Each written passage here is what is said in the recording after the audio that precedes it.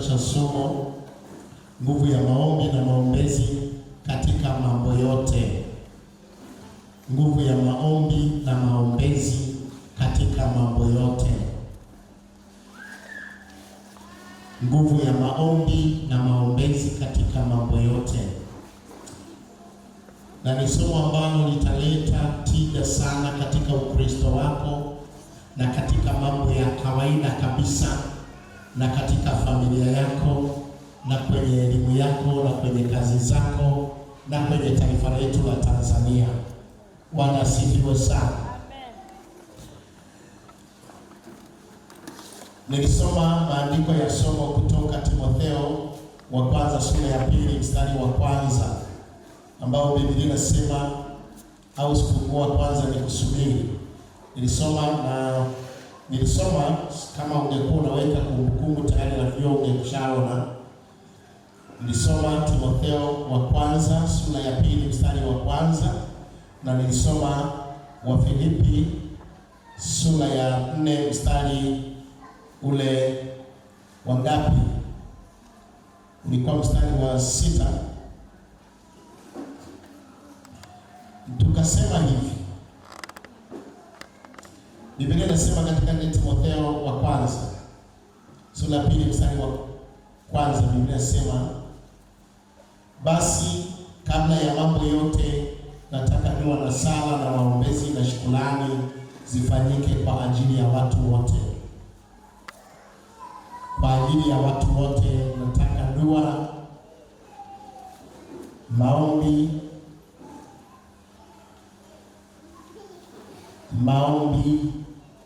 sala na shukrani zifanyike kwa ajili ya watu wote.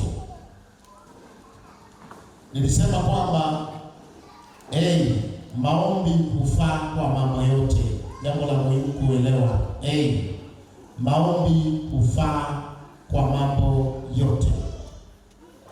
Tukasema maombi huweza mambo yote.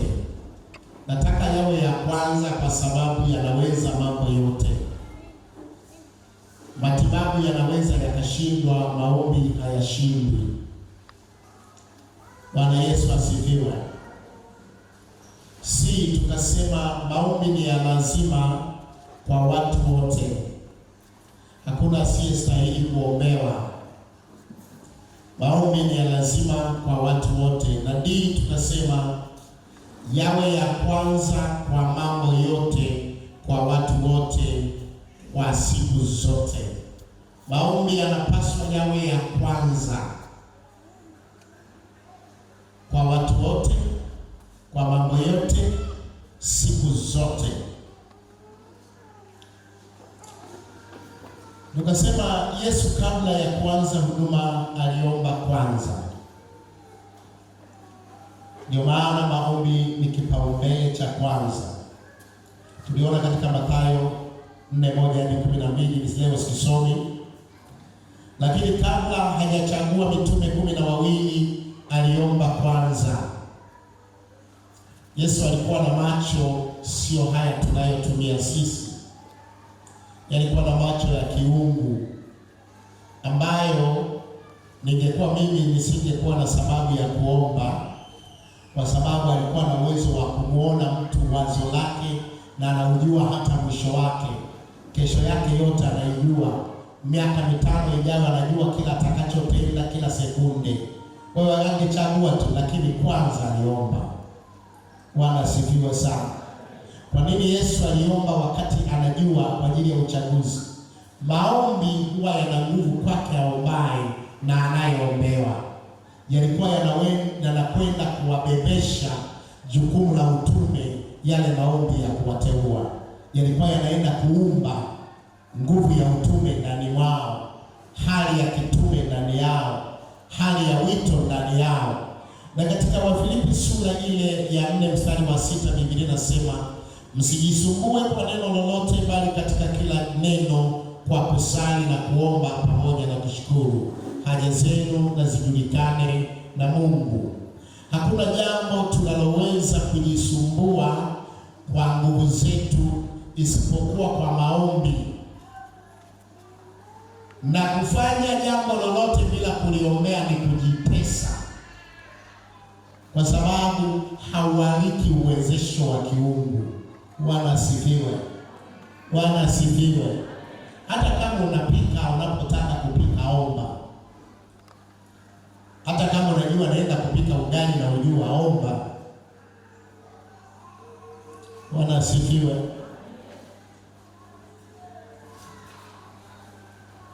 Wangapi ugali unapotokota alirushiwa ule uji wa ugali wa moto ukamrushia kwenye jicho? Wakina mama.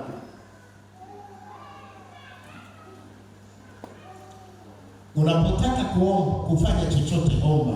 Msijisumbue kwa neno lolote. Kwa nini? Tukasema hakuna jambo tunaloweza bila maombi. Yohana 15:5 inasema ninyi bila mimi hamwezi neno lolote. Bila maombi unakuwa binadamu wa kawaida. Kiingia kwenye maombi unachanganya uungu kwenye ubinadamu wako. Hello. Bwana asifiwe. Bwana asifiwe. Ukiwa hivi bila maombi ni binadamu wa kawaida. Ukiingiza maombi unachanganya uungu kwenye ubinadamu wako. Haleluya. Sasa ninyi bila mimi hamwezi neno lolote. Lakini pia tukasema hakuna lisilowezekana kwenye maombi. Wafilipi 4:13 na yaweza mambo yote katika yeye anitiaye nguvu. Anasema na yaweza mambo yote. Hakuna siloliweza muombaji. Haleluya. Muombaji hakuna lisilowezekana kwake.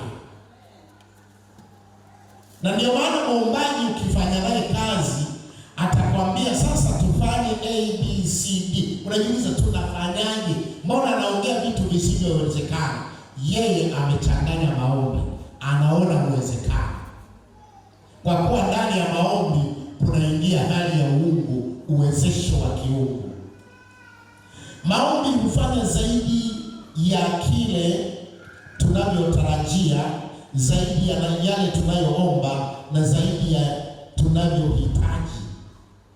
Waefeso 3:20 anasema basi atukuzwe yeye awezaye kufanya mambo ya ajabu mno kuliko yote tuyaombayo au tuyawazayo, kwa kadiri ya nguvu itendayo kazi ndani yetu. Maombi yanafanya zaidi ya tunavyotarajia. Haleluya. Bwana asifiwe. Wewe ulitarajia kuishia kuwa mwenyekiti wa serikali ya mtaa.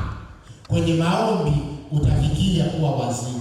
Maombi yanafanya zaidi ya kile unachotarajia. Haleluya. Bwana asifiwe. Wewe una upeo wa kufikiri, una upeo wa kuelewa, una upeo wa kutenda, lakini maombi yanatoa zaidi ya upeo wako. Haleluya. Haleluya. Haleluya. Haleluya. Sura yako ina upeo. Hata wakikupeleka kwenye mashindano ya wazuri, kuna watakao kuzidi. Kuna mwisho ya kiwango cha uzuri wako. Maombi yanakwenda nje ya sura yako. Haleluya. Haleluya. Muulize Esther. Alipoambiwa wanawali wajipambe, yeye akashauriwa usijipambe, ingia kwenye maombi. Akaja akiwa bora kuliko wazuri wote. Haleluya. Biblia inasema walichaguliwa wanawake wazuri wote wakapelekwa kwa mfalme. Na Esther akaingizwa. Wakati wamepewa siku za kujiandaa kwa waonyeshe uzuri wao, watumie poda, watumie rosheni, watumie mapambo, watengeneze ngozi zao zing'ae, wale matunda wale wapendeze. Yeye akaambiwa ingia kwenye maombi. Haleluya. Maombi yanakwenda zaidi ya upeo wako. Soma tena huo mstari, sura ya 3 mstari wa 20. Yanakwenda zaidi ya uwezo wetu, zaidi ya mipaka yetu. Haleluya. Uwe mwombaji, zama kwenye maombi. Maombi yanakwenda zaidi ya pale unapoishia. Nguvu zako mahala ambapo zingeishia, maombi yanavuka. Chris alikuwa ananishuhudia juzi. Aliniomba niunge kwenye maombi yangu ya siku 40. Nikawa namzuia, kanang'ania. Alikwenda mahala ukamili ukadhoofika. Kuna mahala mwili unapewa nguvu za ziada. Upako unashushwa kwenye mwili. Unakuwa kama yaani haufuki tena. Maombi yanaweka kitu ambacho hakiwezi. Hebu mstari wa 20 na mstari wa 3 nasema, basi atukuzwe yeye awezaye kufanya mambo ya ajabu mno kuliko tuyaombayo. Haleluya. Haleluya. Au tuyawazayo. Wewe ukiwaza sana, ukijiwazia wewe. Hebu jaribu kujipigia hesabu wewe unatakiwa utajiri wako ufikie kiasi gani? Ukipiga akili haitakubali kusema kwamba wewe utafikia bahiresi. Haikubaliani na kanuni hazikubali. Lakini maombi yanaweza kufanya zaidi ya tuwazavyo, tunavyojiwazia. Yenyewe yanasababisha ambayo huwezi ukafikiria, maombi yanafika. Haleluya. Haleluya.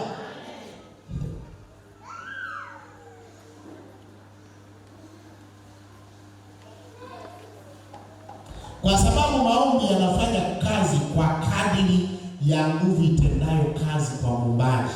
Yaani ile nguvu ya maombi inaleta utendaji wa kimungu. Nikimbie kidogo hapa, nikasema maneno muhimu na maazimio ya waombaji wengi hapa duniani waliowahi kuomba.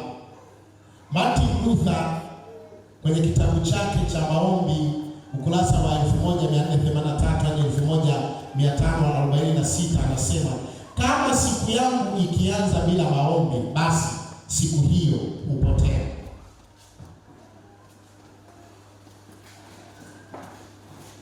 Na siku hiyo mimi huwa dhaifu. Warren Ellis alisema, maisha ya maombi ni maisha pamoja na Mungu. Kuanza na maombi ni kuanza na Mungu. Haya ni vema tuyaelewe siku zote za maisha ya imani. Kutokuomba ni kwenda peke yako. Kuomba ni kwenda pamoja na Mungu. Niliwapa mfano, sisi tuliomba tukaenda na gari. Kumbe gari vitu walivisahau kuvifunga, injini imening'inizwa kwenye volti moja ambayo ikifyatuka inadondoka switi kwa, lakini maombi ndio yalikuwa badala ya vyote. Namba 3 nasema Ben Hinn alisema hivi, maombi sio kuhitaji vitu au misaada kwa Mungu tu, bali maombi ni ushirika wa mtu na Mungu. Maombi hayapo kwa ajili ya kutafuta usaidizi, kwa ajili ya kutatua shida. Maombi, usiwe mwombaji anayeomba kwa ajili ya kutatua matatizo. Uwe mwombaji anayependa kuhusiana, fellowship na Mungu wako. Namba 4, maombi hayapaswi kuwa suluhisho la mwisho, bali hatua ya kwanza ya kila jambo. Aliongea hivyo mwombaji Kenneth Hagin.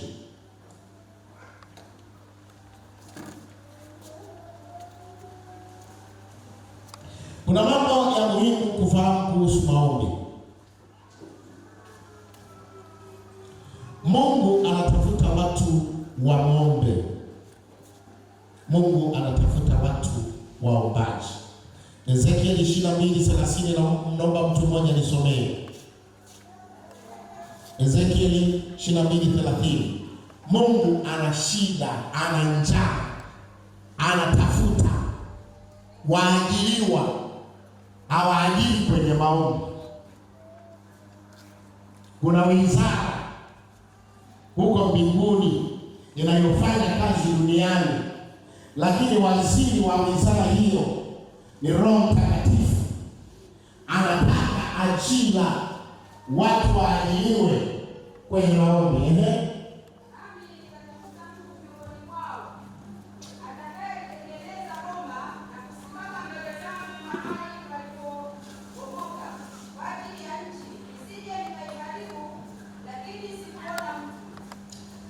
Wizara ya ulinzi ya Mungu inategemea wizara ya maombi. Bwana asifiwe sana. Bwana asifiwe. Nikasema hivi, kwa nini ni muhimu sana kuwa mwombaji na yawe maisha yako ya lazima na ya kila siku? Nikasema sababu maombi yanatuingiza rohoni. Ili binadamu aingie rohoni anahitaji kuomba. Katika Ufunuo sura ya 1 mstari wa 10, na alikuwa katika roho siku ya Bwana, nikasikia sauti kuu nyuma yangu kama sauti ya baragumu. Akiwa kwenye maombi ndipo alipoingia rohoni. Katika Matendo ya Mitume 9 mstari wa 9 hadi wa 20, Biblia inasema Petro alipanda dalini kuomba. Akiwa katika kuomba akaingia katika roho, akaona maono. Kwa hiyo kuomba ni kuingia rohoni. Asiyeomba hawezi kuingia rohoni. Na kwa lugha nyingine, huwezi ukamkuta mtu wa rohoni ambaye sio mwombaji. Na mke na mume ni mashahidi hasa waliookoka. Mke na mume ni mashahidi hasa walio. Mmoja akikaa kwenye maombi huwa anakuwa rohoni, huyu mwingine anabaki kwenye mambo yake kiasi kwamba huyu wa rohoni anakuwa kama anasumbuliwa na pesa, kwa sababu huyu anaishi mwilini, anawaza mwilini, anaongea kimwili, anafanya vitu kimwili, lakini huyu wa rohoni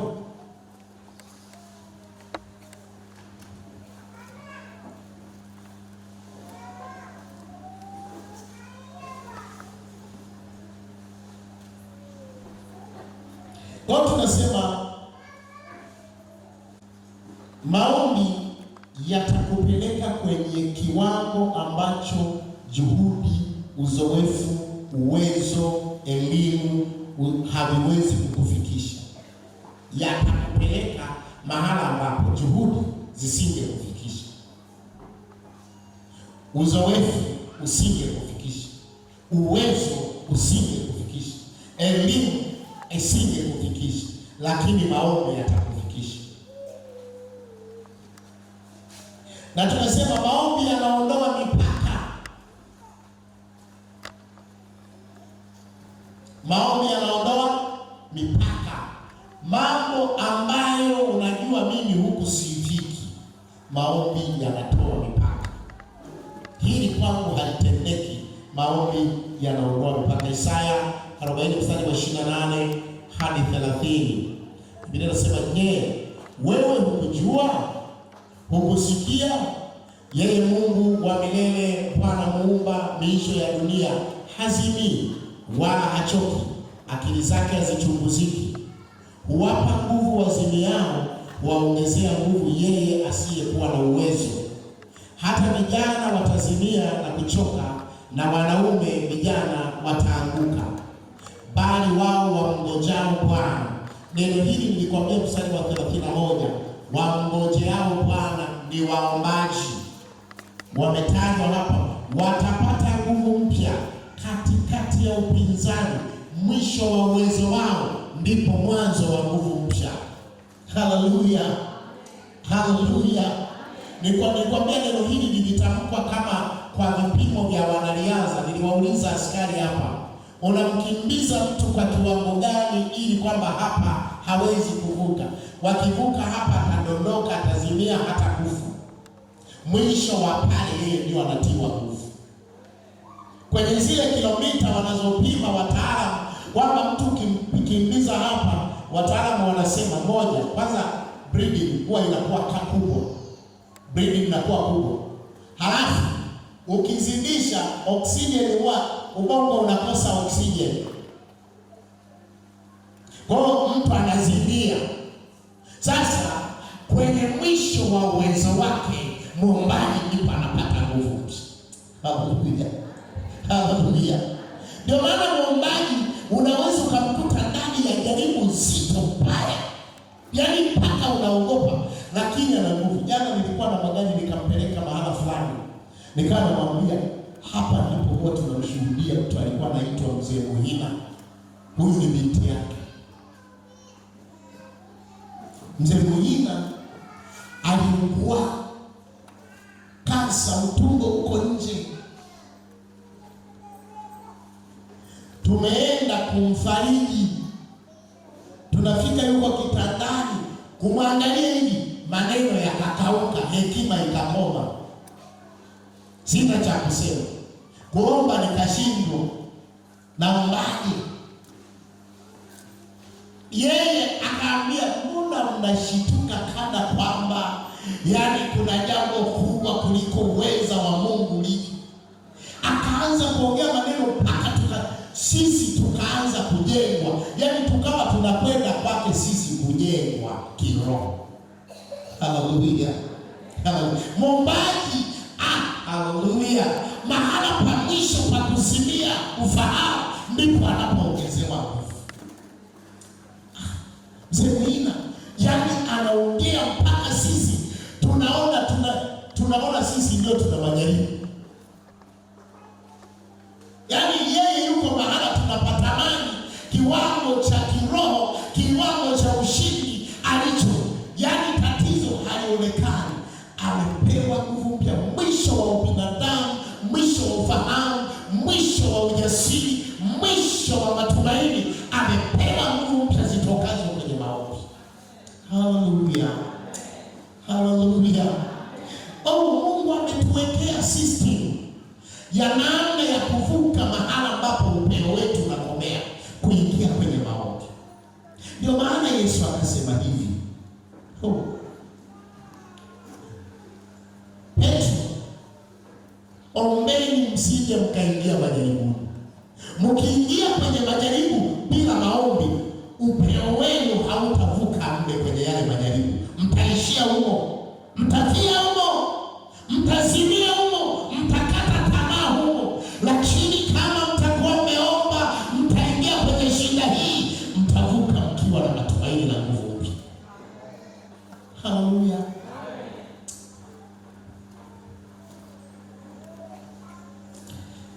Ni mambo mengine nayaruka kwa sababu niliyasoma. Pole kwa ambao hamkuwepo, utalichukua, nafikiri waliweka kwenye akaunti yetu, ili somo liko vizuri, utalichukua huko.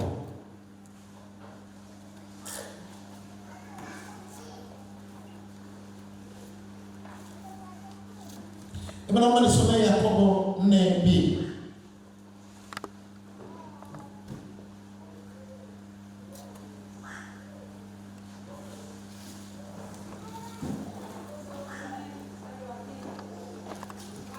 Natamani kile kitu cha si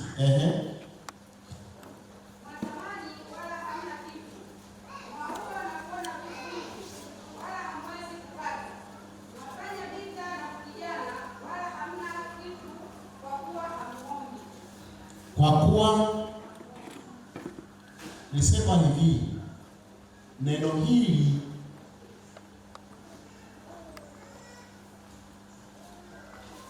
kwa nini watu tunaona kiu? Eti kwa nini watu tunaona kiu? Nahisi kiu.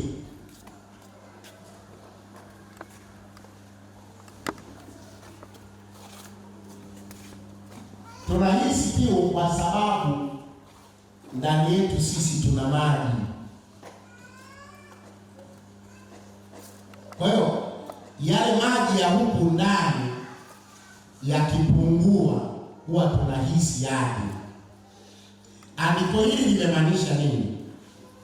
Kuna majibu yaliyoumbiwa wewe.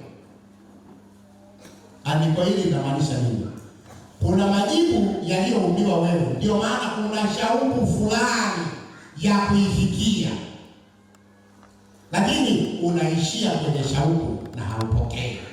Ila kuna kitu, kuna shauku fulani huwa iko ndani yako ya kuifikia. Kuna utukufu fulani unaotamani kufikia. Kuna hali fulani unayotamani kuifikia. Mnaitamani kwa sababu ipo connected na wewe. Hujawahi kuona, lakini kuna hali ya mawasiliano, kwamba kuna hali ambayo wewe unayo ila haipo hapa, haujawa nayo tayari. Kwenye maombi ndio itadhihirika na itatokea. Wanasifiwe sana.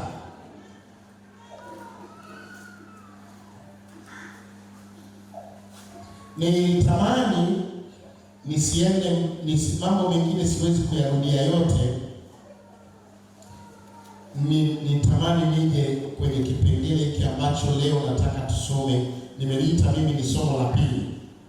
Andika madaraja tofauti na vina tofauti za maombi au vya maombi.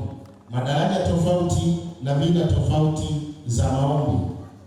Maombi nilisema tuna madaraja, tunatofautiana kwenye maombi. Yaani ni mtu ni mtu wa maombi. Sasa yako madaraja, au tuandike hivi, kila muombaji huwa na nguvu za kiutendaji au ana nguvu za kutenda mambo au huweza kusababisha utendaji mkubwa na wa utukufu kutokana na daraja alilopo la maombi. Kila muombaji huwa na nguvu za kutenda au kusababisha na daraja alilopo la maombi. Kila mtu huleta matukio kutokana na daraja alilopo kwenye maombi.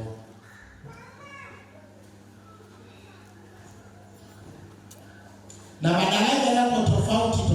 Kama taweza nizungumze madaraja matano.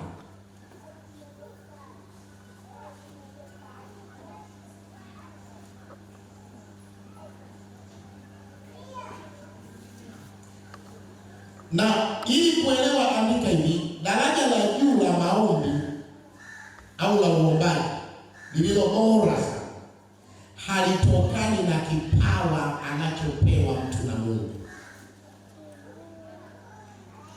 Hili daraja bora sana la uombaji ambalo linasababisha matokeo makubwa ya utendaji wa Mungu halitokani na kipawa au karama anayopewa mtu na Mungu, bali lenyewe linatokana na juhudi na bidii na kujitoa binafsi yule muombaji mwenyewe.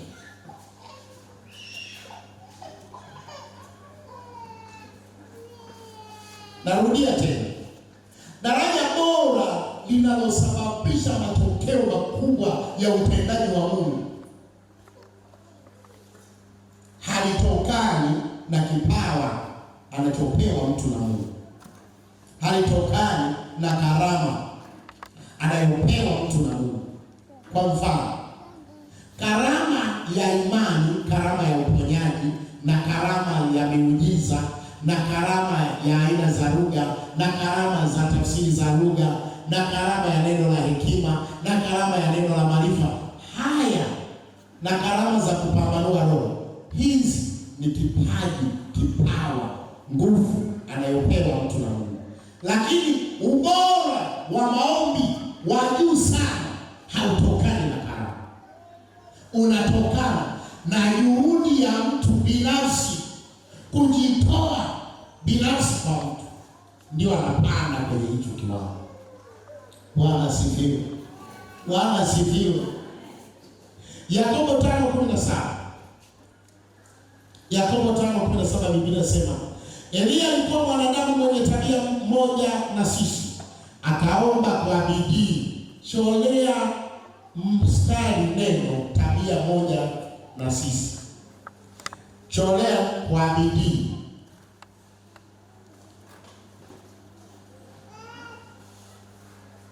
Alafu cholea matokeo.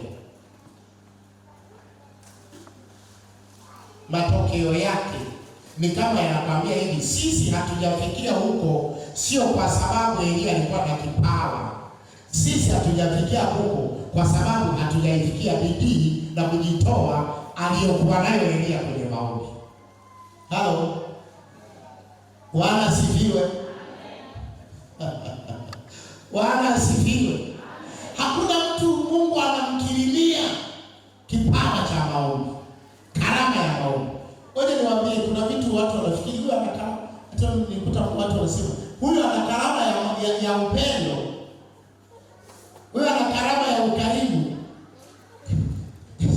Niliwahi kuishi mahala fulani, watu wakaniambia wageni wakija wapelekeni kwa Ngasa, yule ana karama ya ukarimu.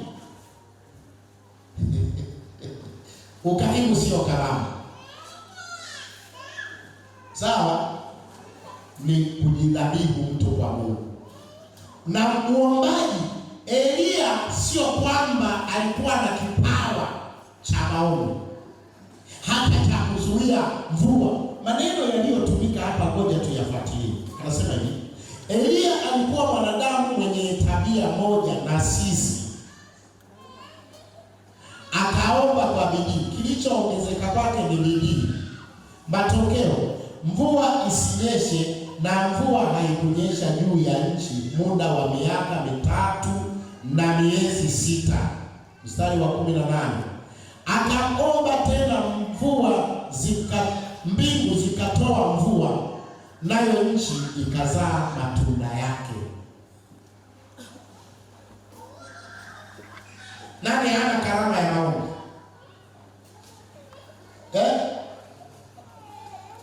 Kwa hiyo ukitaka kwenda kwenye daraja la juu la ubora, nitakapoanza kuyachagua madaraja, kuna madaraja ambayo unakaa si rahisi. Hata ukiombewa si rahisi. Lakini kuna daraja ukifika, hata kama itahitaji kuombewa, nitatamka neno hili moja inatokea daraja. Lakini kwenda kwenye daraja bora hatutegemei neema ya Mungu, tunategemea juhudi na kujitoa kwetu. Bwana asifiwe sana. Bwana asifiwe.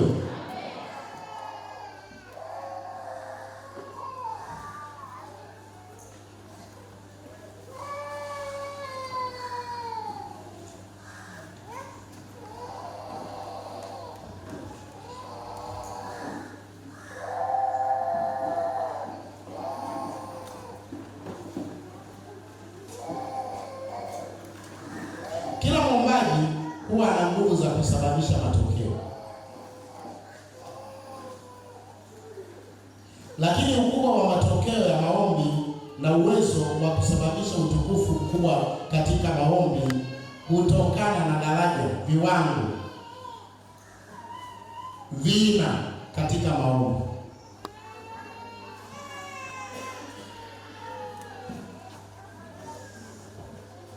Luka sura ya 22 mstari wa 39 hadi 46.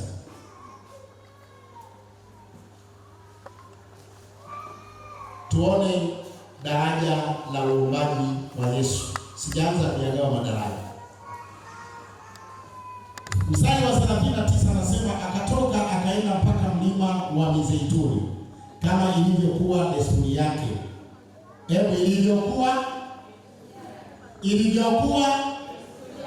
Ilivyokuwa kinachosababisha awe daraja la maombi, ana muda ambao ni lazima kuomba, na muda wote huwa akae ndani ya maombi. Mpaka imekuwa nini? Desturi.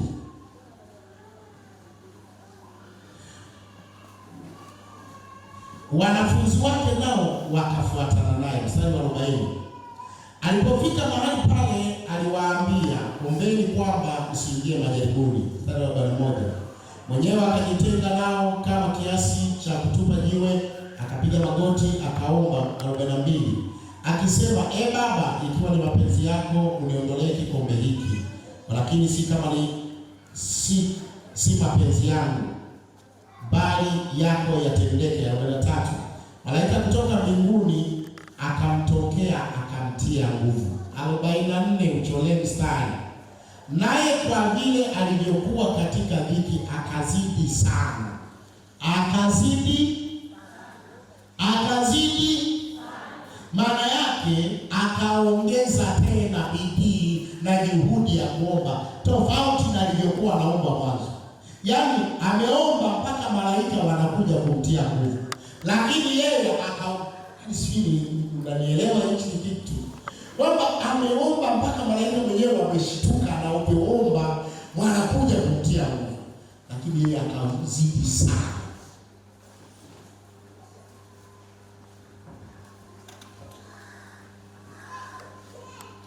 Akazidi sana kuomba, hali yake ikawa kama matone ya damu yakidondoka nchi. Hii ni juhudi ya mtu binafsi anayojitoa mbele za Mungu kwenye maombi. Kaingia kwenye juhudi ya ziada mpaka wataalamu, wanasayansi, wanatheolojia wanasema hivi, kule Yesu alipokuwa anaomba Getsemane ilikuwa ni chini ya mteremko mkubwa kutoka mlima Mzeituni. Sasa pale chini ambapo palikuwa na baridi sana, maana yake Yesu alikuwa anaomba kwa hisia, kwa mzigo, kwa uchungu, anakamua mishipa yake mpaka yaani joto lilipanda mpaka baadhi ya mishipa ikapasuka. Juhudi binafsi, maana yake aliomba mpaka mwili ukazidiwa namna anavyoomba. Ndio maana matokeo yoyote yeye anaweza akafanya daraja la uombaji analoomba. Katika Waebrania 5:7-8 Biblia inasema hivi, yeye siku hizo za mwili wake alimtolea yule awezaye kumwokoa na kumtoa katika mauti, maombi na dua pamoja na kulia sana na machozi. Maombi na dua pamoja na kulia sana na machozi. Maombi na dua pamoja na kulia sana na machozi. Sio maombi tu. Mimi nashangaa siku hizi maombi mnayasoma kwenye kitabu.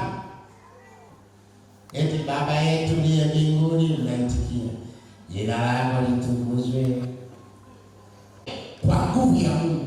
Maombi ni mzigo ndani ya mtu anayetafuta matokeo kutoka kwa Mungu yatokee, anayeyasubiria yaone, anayeyakuta yatokee.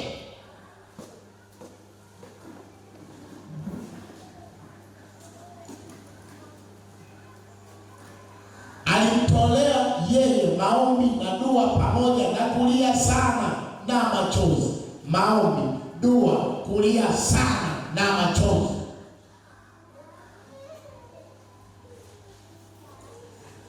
Nilikuwa nazungumzia tu kwamba uombaji bora wenye kusababisha matokeo wa daraja la juu hauji kwa kupewa karama.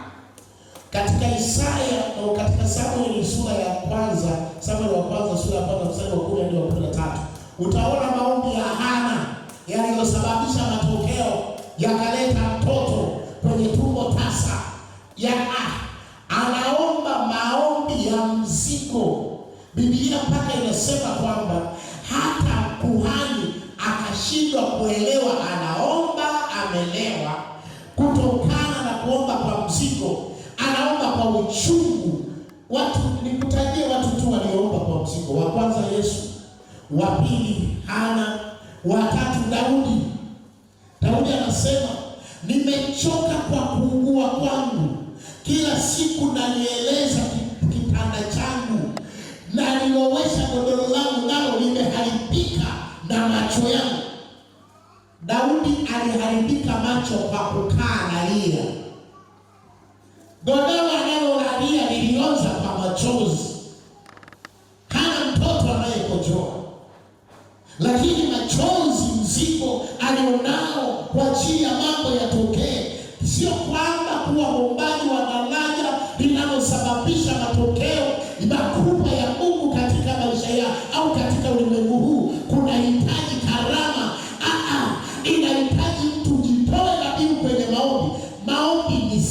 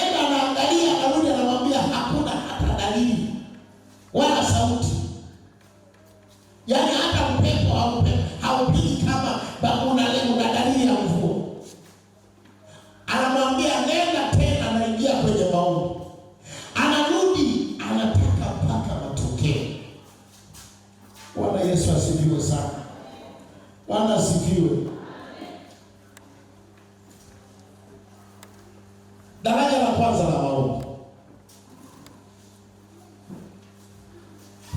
ambalo tulisoma kwenye Yakobo 4:2c.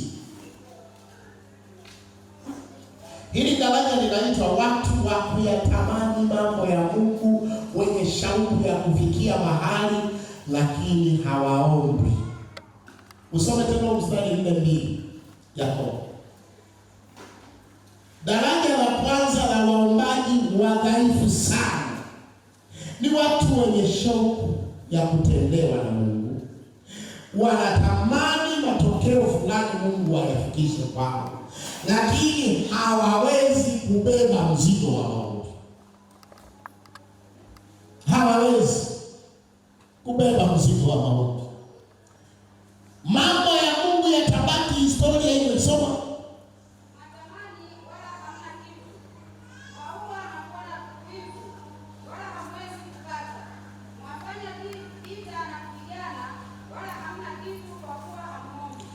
Neno hamwezi kupata linamaanisha nini? Daraja la mtu huyu anayetamani kutendewa na Mungu lakini hawezi kulipa gharama za maombi, hawezi kupata.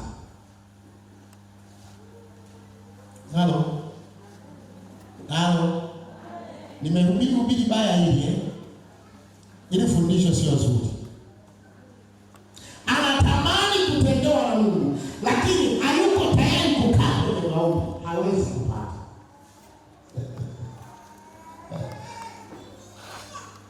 Daraja la kwanza. Ngoja nisieleze sifa za daraja la kwanza.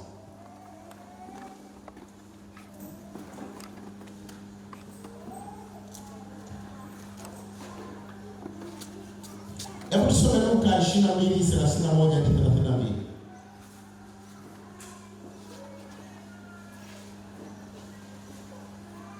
Luka 22:31-32.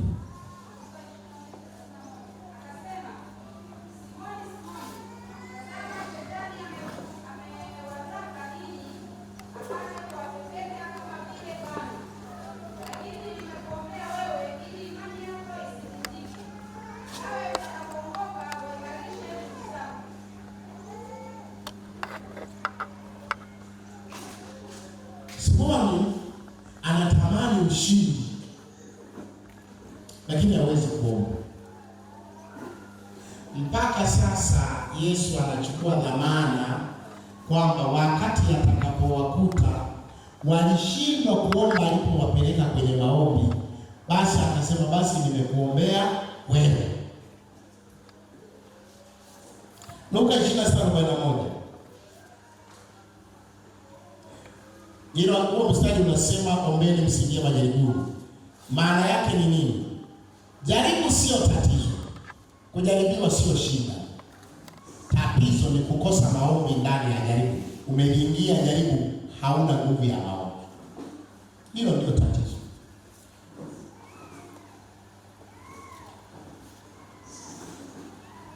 Ayubu kafiwa, lakini nyuma yake tunaona maombi mengi na ibada nyingi za Ayubu kabla ya kufiwa, kabla ya kufilisika. Kwa hiyo jaribu halina nguvu kwake.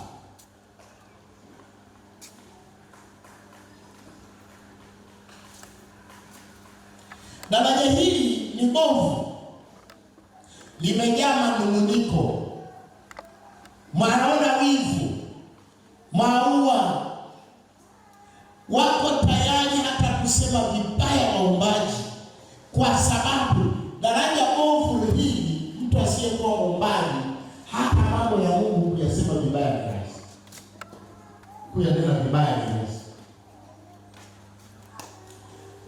Daraja hili linatamani sana utukufu na matokeo wanayoyapata waombaji, lakini lenyewe haliko tayari kupitia gharama za waombaji. Matendo ya Mitume 8:18-24. Nitasaidia kusoma.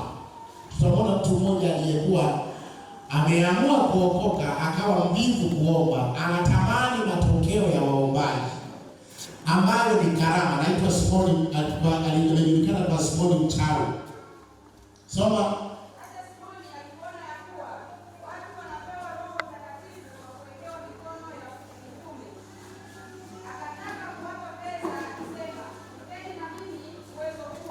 Oja kidogo.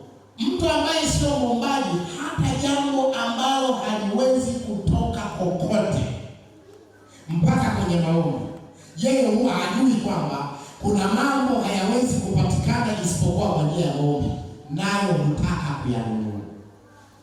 Ndio maana wanafika hata kwetu wanasema, mtumishi wa Mungu, mimi nataka nitoe milioni 3, uniombee hivi.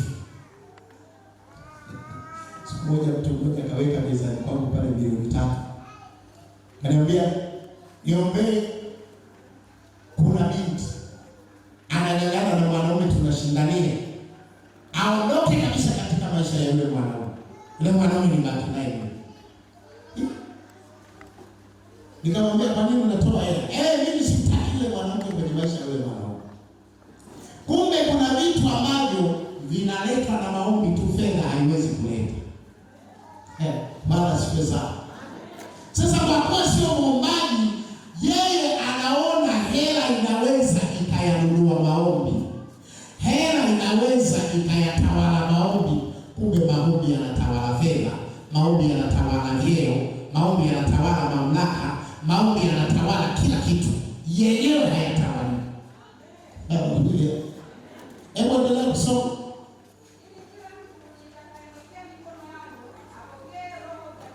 Upako unapatikana kwenye maombi. Hauwezi kuja kwa kununua. Sasa ajui, pole. Sijui kama wewe ufahamu kama huo na wewe huo. Bora usiwe wewe. Bora usiwe wewe. Tambua kwamba muujiza hautokani na kuwa na fedha, na kuwa na mali, hakuwa na elimu, na kuwa maarufu, na kuwa na vyeo, na kuwa na mamlaka. Utauangalia muujiza kwa muombaji unatendeka. Haleluya. Haleluya. Hata kama una fedha, omba. Hata kama una mamlaka, omba. Kuna miujiza usiyoipokea kwa fedha. Ishia tu hapo na inatosha, nafikiri naeleweka. Bwana asifiwe. Bwana asifiwe. Daraja hili ni watu ambao wana manunguniko na lawama. Kwa nini Mungu? Kuna mtu mmoja nilikuwa namwombea juzi tu, nafikiri miezi miwili imepita. Yuko mjini wa Dar es Salaam, yule mmoja mfahamu na kamba. Kwa naomba Mungu amtendee mpe mtoto. Nikarejea kwenye maombi. Sasa kuna kitu akawa anafanya na watu wakasema, Baba, na hiki Mungu afanye. Sasa tukiwa kwenye maombi, kile kitu kikatokea tofauti na nilivyotaka. Akaniandikia message. Kwanza nikaa nampigia simu apokee, nampigia apokee, kumbe kakasirika. Akaniandikia message. Mimi nimeshindwa hata kupokea message yake. Yaani mimi Mungu naomba, alafu ndio yanafanyika hivi. Hata maombi nimeacha. Nikampigia siku tatu kumtumia message. Nikampigia tu. Kaka mpaka miezi karibu miwili ndio akapokea simu yangu. Nikamwambia njoo. Nikuone. Kaka. Nikamwambia Mungu sio mwanao. Mungu sio mwanao. Na Mungu sio mtumishi wako, kwamba atende utakavyo wewe. Yeye hupenda atakavyo yeye. Sisi watu tunaenda kwake kunyenyekea kuomba. Na kwa namna hii moyo wa kukupa Mungu hata kuona. Mwambie maneno makubwa, alidondoka mpaka kazimia hapo usiku. Na Mungu afanye hivi. Nyenyekea, omba. Kwa sababu sio muombaji, hana hata roho ya unyenyekevu. Anataka atumie uwezo wake wa fedha, pokea mahitaji yake hata kwa Mungu, kana kwamba Mungu naye ni masikini anayehitaji fedha zake. Kumbe Mungu hakuna anachohitaji, ila anayo anayeweza kukupa wewe. Haleluya. Haleluya. Haleluya. Sikiliza, ukiwa muombaji, ukienda kwa Mungu unanyenyekea, unashuka na unaona huna sifa, haustahili, unaomba Mungu nisaidie. Haleluya. Daraja hili ni watu waliojaa lawama hata kwa Mungu. Muombaji hana lawama kwa Mungu, hata mambo yakiharibika sio anaiti kutoka moyoni na mheshimu Mungu. Bwana asifiwe. Bwana asifiwe. Ile tabia ya binadamu na kujihesabia haki na kulalamika na kulaumu ipo kwa sababu sio mwombaji. Lakini ukiwa mwombaji inafutika, unanyenyekea, unashuka, unamlingana Mungu. Daraja la pili, hili tunaliita daraja la watu wanaofanya mazoezi ya maombi. Hili daraja la pili tunaliita daraja la watu wanaofanya mazoezi kwenye maombi.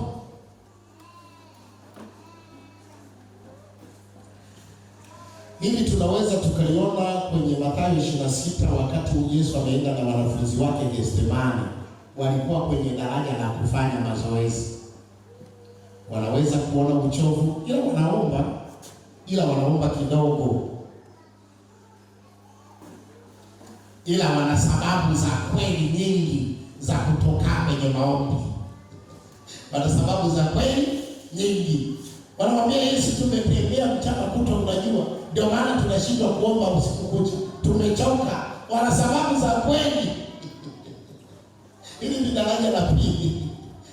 Bado hao wanahitaji kubebwa. Hawawezi kwao kusababisha matokeo kutokana na maombi yao.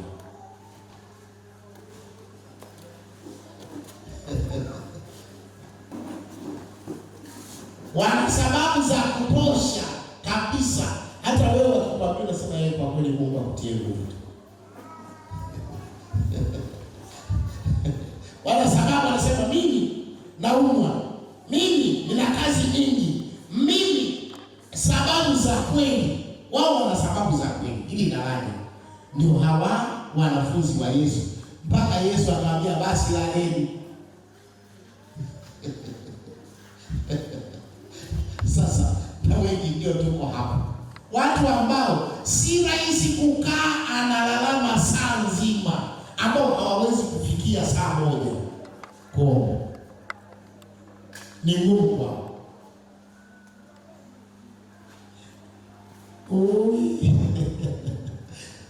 Mungu atusaidie. Mungu kwenye daraja ngapi? La kwanza, la pili. Mwenye sababu za kweli. Sasa huyu asitegemee kusababisha. Ndio maana Yesu anawaambia mimi ninajua shetani nitakapoondoka mimi ambaye nimewabeba kwenye maombi yangu atawapepeta kama ngano. Jaribu nitawalemea. Sasa wewe nimekuombea.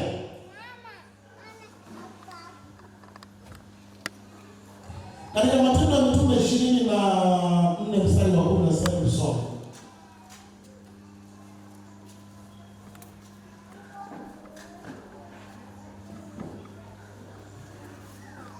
Shina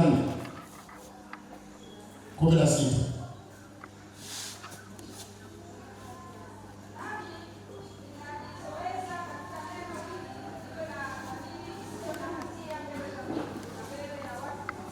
Paulo alikuwa anafanya mazoezi. Daraja hili la mazoezi mkuu hawaachi kuomba, lakini si katika viwango vinavyoweza kuleta matokeo. Ibada wanahuzunia, ukiwabembeleza na kuwatia moyo wanaomba dakika 20-30.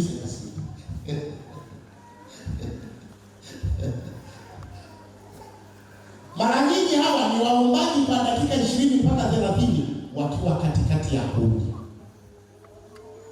wakiwa kwenye umoja, lakini akiwa peke yake maombi hayawezi kupanda. Sasa daraja hili sio zuri. Mtu huyu niliongea na haraka nilimalize. Daraja hili mara nyingi ni watu wa vipindi. Kwa kuwa yale maombi yamo ndani, yale madogo, kuna kipindi wakipata na matatizo wanaomba, mambo yakiharibika wanaomba. Hawa hawaombaki bila sababu. Hawa wanaomba kuna mambo yamebana. Kuna dalili mbaya inaashiria kazini. Kuna dalili mbaya inaashiria kwa mtoto. Ndoa ina indicate kwenda kubaya. Uchumi una indicate kuharibika. Hapo hawa wanaomba. Daraja la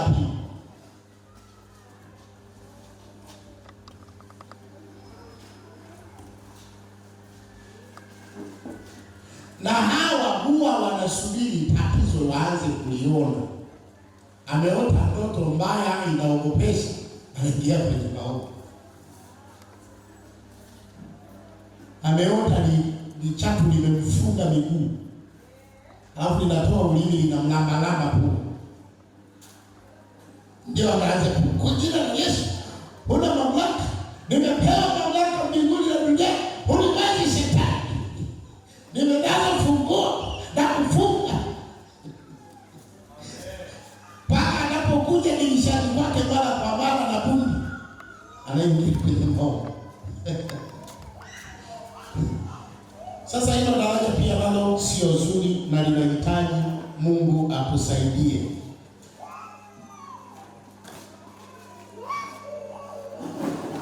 Daraja hili la pili,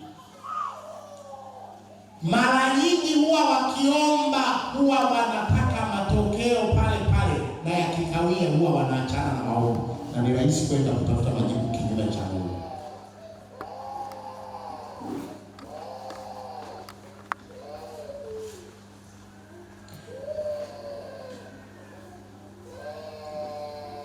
Wanapokea majibu kama wakija kwenye maombi ya pamoja.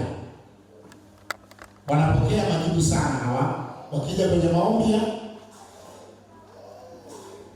kwa sababu ya kubebwa na yale mafundisho, mahubiri na msisimko wa kuomba kwa pamoja. Watu wanamlilia Mungu, ufafanuzi na msisimko wa kufafanuliwa Bwana anayeweza kuwatendea watu, amejengeka pale pale. Anapokea, lakini akiwa peke yake ni ngumu kwake kupata hitaji. Daraja la tatu,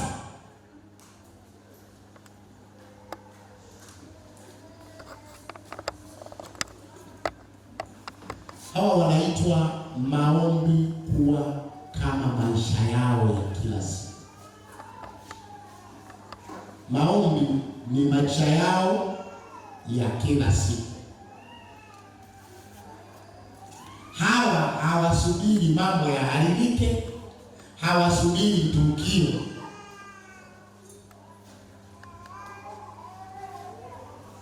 Luka 18 mstari wa kwanza na Wathesalonike 5:17, hapo ndipo yanapofafanuliwa kidogo maombi haya au daraja hili la maombi.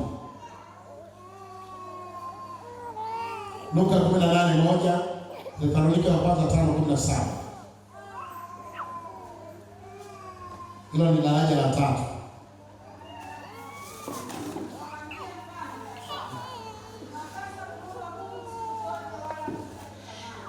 Siku zote wako kwenye maombi. Wathesalonike 5:17, soma.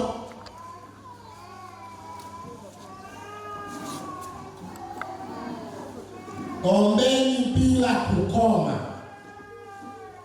Daraja hili wao wale wanaopatikana katika Matendo ya Mitume sura ile ya 3. Hebu tusome sura ya 3 ya Matendo ya Mitume, anza mstari wa kwanza.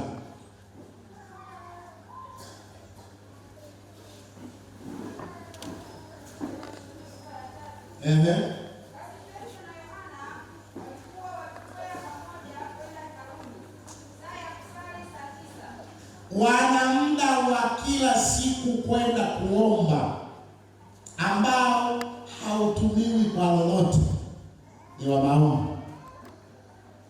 Maombi yao ni kila siku, ni utaratibu. Ngoja nikusaidie kidogo. Bwana asifiwe. Bwana asifiwe. Sikilize na uandike vizuri hapa. Kupanda viwango vya madaraja ya maombi kunahitaji nidhamu, namba moja. Pili, kunahitaji mipango, utaratibu. Yaani uweke mpango kwamba kwa saa moja kila siku nitakuwa mbele za Bwana. Iwe kuna mgeni atasubiri, iwe kuna simu itazimwa, nitakaa mbele za Mungu. Hiyo saa unajipanga, unaweka nidhamu. Unaweka nidhamu kwamba hapana, lazima niwe mbele za Bwana. Ndio maana Petro anakutana na kiwete, anamwambia, wewe unaombaga wenye fedha, sisi watu tusio na hela wajui na sisi tunaweza kukusaidia. Akamwambia kama mna hela kushikisheni huko. Akamwambia mimi sikulachi leo. Ndio Petro alimfanyia huko kaidi mbaya sana yule. Mwenzako unajua ni bwana nasoma kitabu kinaitwa Thenashara, yaani kinachoeleza mambo ya Thenashara, yaani wale watu 12 tu wa kwanza wa Bwana Yesu. Sasa kinasema hivi, yule aliposema tu sina fedha, yule mtu akawageukia wale watu wengi wanaoingia hekaluni. Petro akaenda akamziba uso. Yaani Petro akamwambia, "Sikiliza, hebu achana nao." Akamgeuza hivi. Au watu wakampa mgongo wake akamwambia, "Sikiliza." Akamlazimisha mwangalie yeye. Kwa nini? Anasikia kuna kitu anaweza kusababisha kutokana na maombi yake ya kila. Sasa huyo anajivuta. Unajua viwete wana nguvu. Anajivuta aende huko. Petro akamkamata, "Niangalie nini?" Yaani anamwambia macho yako hayo niangalie nini? Sasa Petro nao ni mmoja ambaye ni mavuvu. Unajua mavuvi yana nguvu. Kuogelea sio kazi ndogo. Ni zoezi kubwa sana.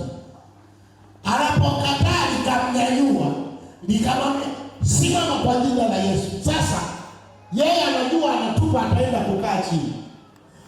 Hajakaa chini, miguu iko chini, yeye yuko juu. Maombi daraja hili, maombi ya kila. Lakini daraja hili la maombi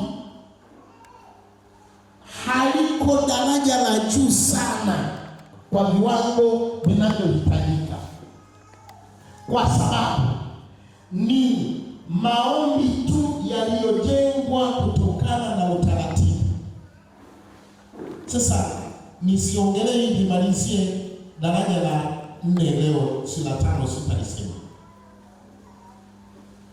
Daraja la 4 na la 5 yanafanana. Unaambiwa inaitwa hivi, kuwa mwathirika wa maombi. Kuwa mwathirika wa maombi. Kuna maneno addicted. Addicted ni nini? Ni mwathirika yule. Lakini ile inamaanisha zaidi kwamba mtu akifikia hali hiyo, yaani hata kama ni mvuta bangi,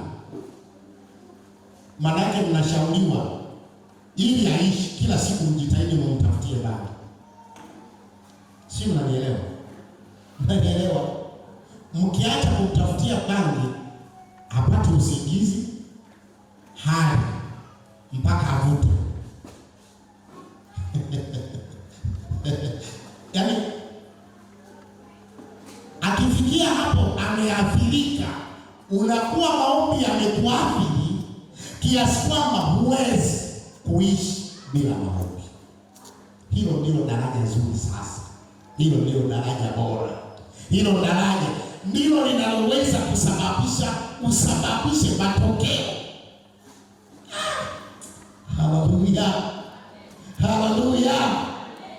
Ndio walivyokuwa kina Adam na Eva kabla ya dhambi. Hawawezi kutowasiliana na Mungu wao. Mawasiliano yao na Mungu wao sio kwa sababu kuna shetani, sio kwa sababu wana dhambi, sio kwa sababu wana njaa, sio kwa sababu wanaumwa. Wanamisi Mungu wawasiliane naye. Haleluya. Haleluya. Mwathirika wa maombi popote alipo atataka hivi. Unafikiri mwathirika wa bangi ataacha kuvuta kwa sababu kafiwa? Ataacha kuvuta kwa sababu jela? Hata jela polisi wenyewe watamletea, kwa askari wenyewe watamletea. Kwa sababu ni nini? Mwathirika. Haleluya. Mimi nilikuwa na shaka. Asa polisi wanapeleka bangi polisi kufanya nini? Ati kuna waathirika pale ambao lazima tu na wamekamatwa kwa sababu ya bangi. Sasa wameshaathirika, tukiwaacha watakufa. Wao kwa kuwa wameathirika. Sasa kiwango kizuri cha maombi au cha muombaji ni yule mwathirika wa maombi.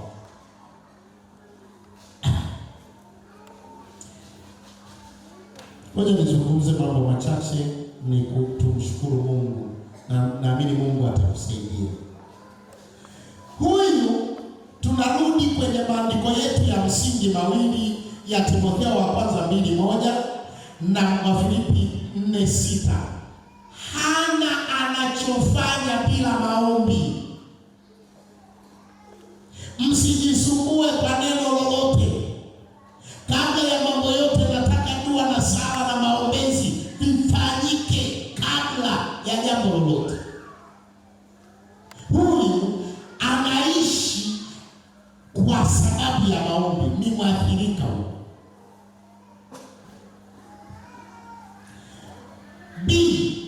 Ukiathirika na maombi, waathirika wa maombi hawa wanaamini utukufu na nguvu zao na uhalisia wao na akili zao hazipo ndani yao, ziko kwenye maombi. Ubora wao uko kwenye maombi. Wangapi wanafahamu mcheza mieleka mmoja anaitwa Evander? Evander alikuwa mpiga ngumi bondia. Evander akapangiwa kupigana na Tyson wakati Tyson ni bingwa wa ngumi duniani. Sawa? Evander ameokoka, wakamwambia anaenda kukuua. Yule atakuua. Ninatumia madawa ya kuongeza nguvu. Nikipiga ngumi moja uamki, wewe unaenda kufa. Akasema hivi, ninaamini katika maombi, mimi nitakuwa Daudi, yeye atakuwa Goliathi. Hicho si watasema au utawakodi makocha waliomfundisha wakufundishe. Akasema hapana, mimi nitampata huo ndani ya maombi. Aliyeathirika na maombi huwa anaona utu wake huo ndani ya maombi. Akili zake ziko ndani ya maombi. Ubora wake uko ndani ya maombi. Utendaji wake uko ndani ya maombi. Ufanisi wake uko ndani ya maombi. Kwa hiyo akasema nitaingia kwenye maombi. Na kweli alipoingia kwenye maombi akaenda akampiga Tyson. Dunia ilishangaa. Mpaka Tyson akamng'ata sikio alipozidiwa. Dunia ilishangaa. Mwathirika wa maombi anaamini katika maombi kwamba ndani ya maombi imo nguvu ya kunifanya mimi niwe naye. Halo. Mwathirika wa maombi anajua uchumi wake unatoka kwenye maombi. Mwathirika wa maombi anajua mtaji wake unabebwa na maombi. Mwathirika wa maombi anajua biashara yake inatawaliwa na kushikiliwa na maombi.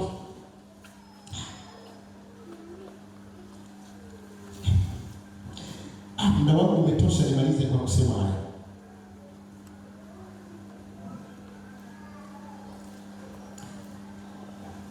Luka 17:1-2 na Kutoka, andika tu hiyo sitaisoma. Luka 17:1-2 na Kutoka 34:29-35 sitasoma. Musa, hiyo Kutoka anasema Musa alikuwa anaamini hivi, Israeli wakinibishia, ona kwamba mimi ni mtumishi wa Mungu na kwamba mimi nina mamlaka ya kuwapa uzima na nina mamlaka ya kuangamiza. Wakinibishia nikaongea Kiswahili nikawakumbusha historia wasikumbuke, naenda kwenye maombi. Bwana asifiwe sana. Siku moja wamembishia akajitosa kwenye maombi. Biblia inasema aliporudi huko uso wake unang'aa, hata wakumuuliza swali wanashindwa kumwangalia. Yesu alipoona wanafunzi wameanza kumzoea, kiasi cha kuwa wanamchallenge. Wanamwambia wewe sasa unahubiri tu mpaka jioni watu hata chakula uwasi. Unajua wewe kijana unatakiwa leo maeneo haya hamna chakula. Akawabeba akaenda nao kwenye maombi mlima wa Mizeituni. Alipoingia kwenye maombi akavaa utukufu wake, wakamheshimu. Halo, usizungumze na mume wako bila maombi unachotaka kumpangia. Usizungumze na mke wako bila maombi unavyotaka awe. Mwingia kwenye maombi kaseme naye. Esther kaingia kwenye maombi kamfuata Ahasuero. Jitu pagani lililolewa miezi 6 linakunywa pombe bila kupumzika usiku na mchana. Linakunywa pombe tu usiku na mchana. Limechanganyikiwa, linamwambia mke wake Vashti, linamwambia vua nguo mbele ya maliwali na mawaziri wote, wakuona ulivyo mzuri ukiwa hauna nguo, niwalingishie kwamba mimi ndio nimeoa mwanamke mzuri kuliko wanawake wote. Vashti alipokataa nikamfukuza. Ulevi huo nimejitwika. Mtu anatoka kwenye maombi akiwa amevaa usura yake ya wanawake wa kwenye maombi, anafika linajaliwa fimbo na mnanii. Haleluya! Anamwambia huyo Ahasuero, naomba siku hizi akili itamrudia, pombe itamtoka. Anamuona pombe yote itakatika shwa. Mbona naona kama Malkia anakuja? Kwani leo tarehe ngapi? Mbona tarehe ya kuja? Nenda kamshiki, mleteni. Wakati sheria inasema akionekana tu kata kichwa. Mleteni, wameshanga hii. Leo mfalme huyu pombe zimeenda wapi? Anakuja. Anafika pale linapitetemeka. Malkia Esther, uishi milele. Una shida gani? Niambie wala usiogope. Hata nusu ya ufalme nitakupa. Maombi. Aliyeathiriwa na maombi huwa anaona maneno yake atayatoa kwenye maombi. Huwa anaona ajenda yake iko kwenye maombi. Pointi yake utetezi. Hebu simama.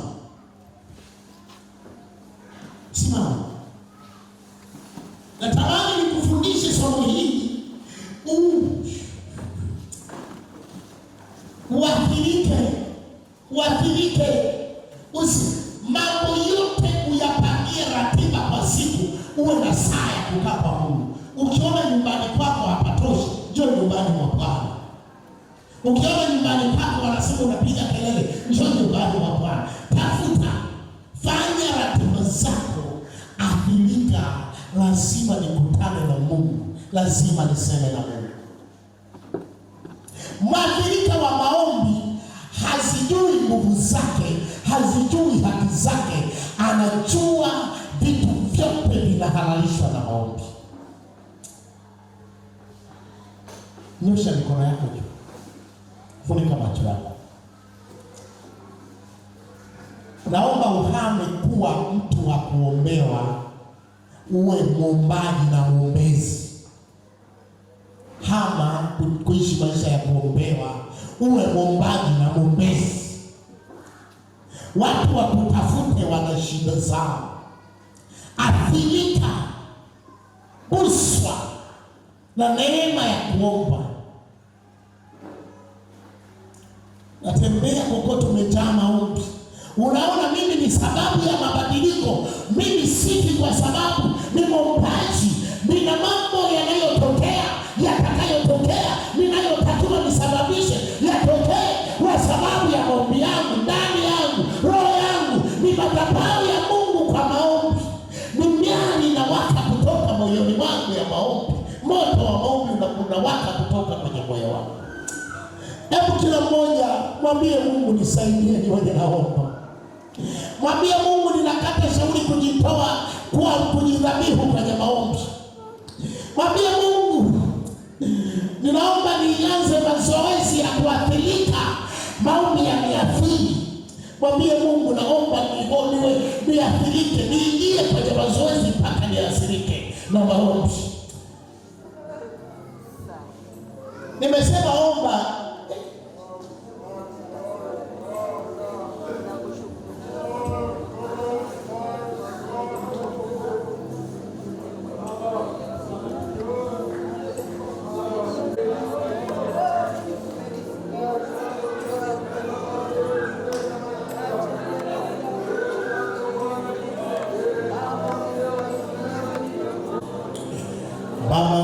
Bwana Yesu, wewe ilikuwa desturi yako, maombi yalikuwa yamekuathiri mpaka yakageuka kuwa desturi, na ndivyo tunavyotamani ili kufikia kuleta matokeo.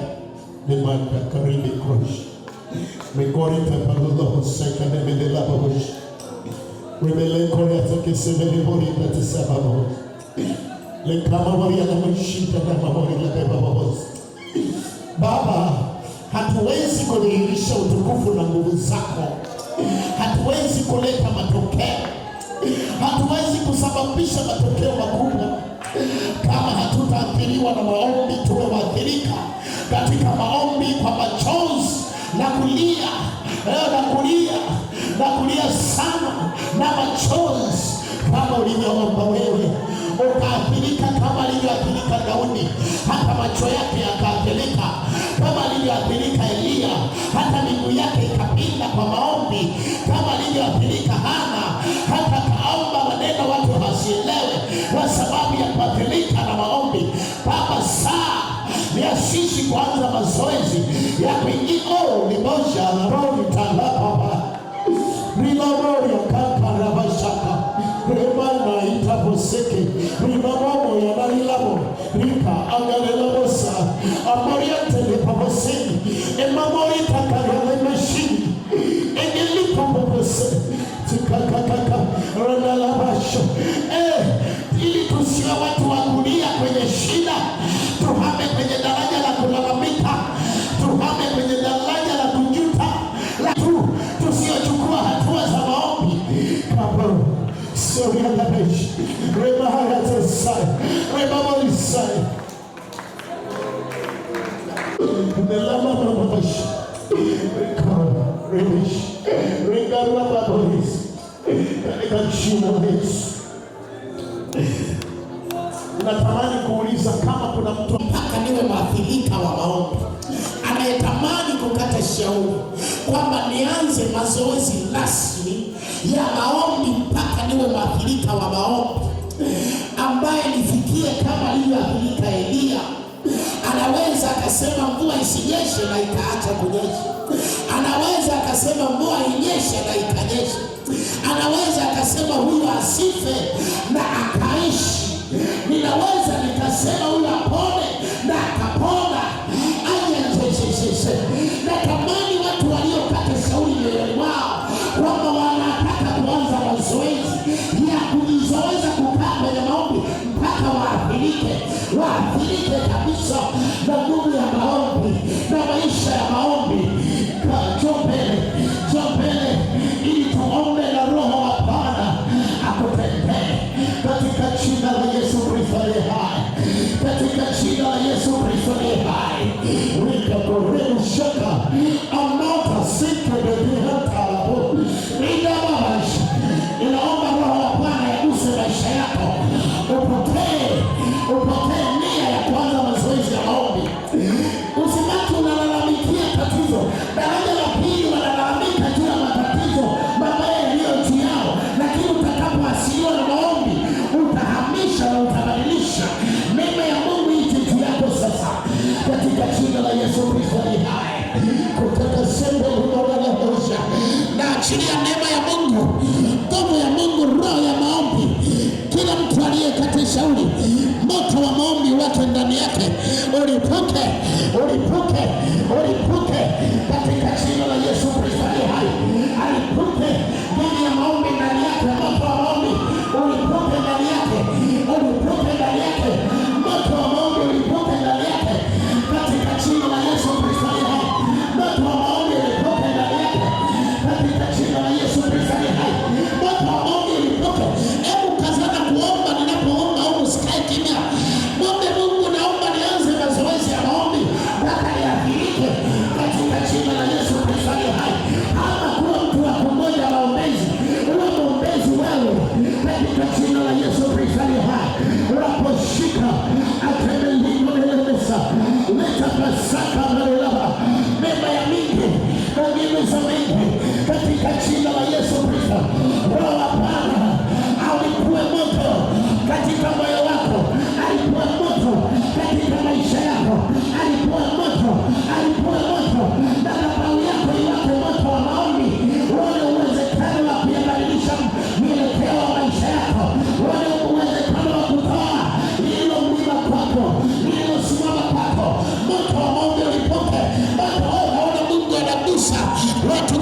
unalipuka kwenye maombi. Naona moto wa madhabahu ya maombi unalipuka.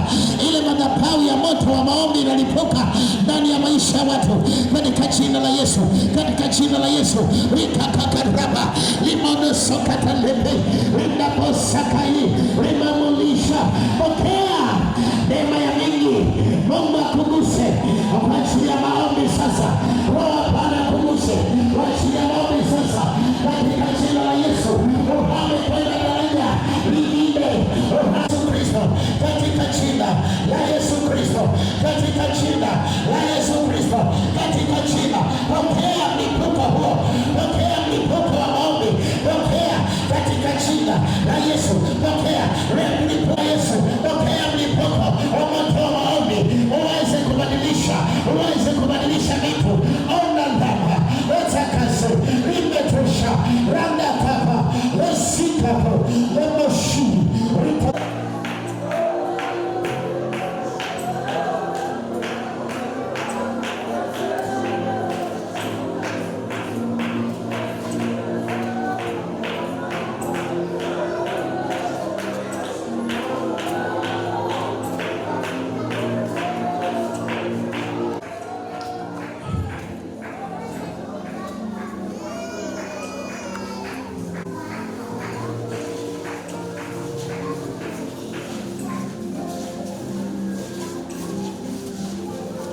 maombi yakalibebe maombi haya, yakalibebe maombi haya, yakalifadhili maombi haya, yakalibebe maombi haya, yalifadhili maombi haya,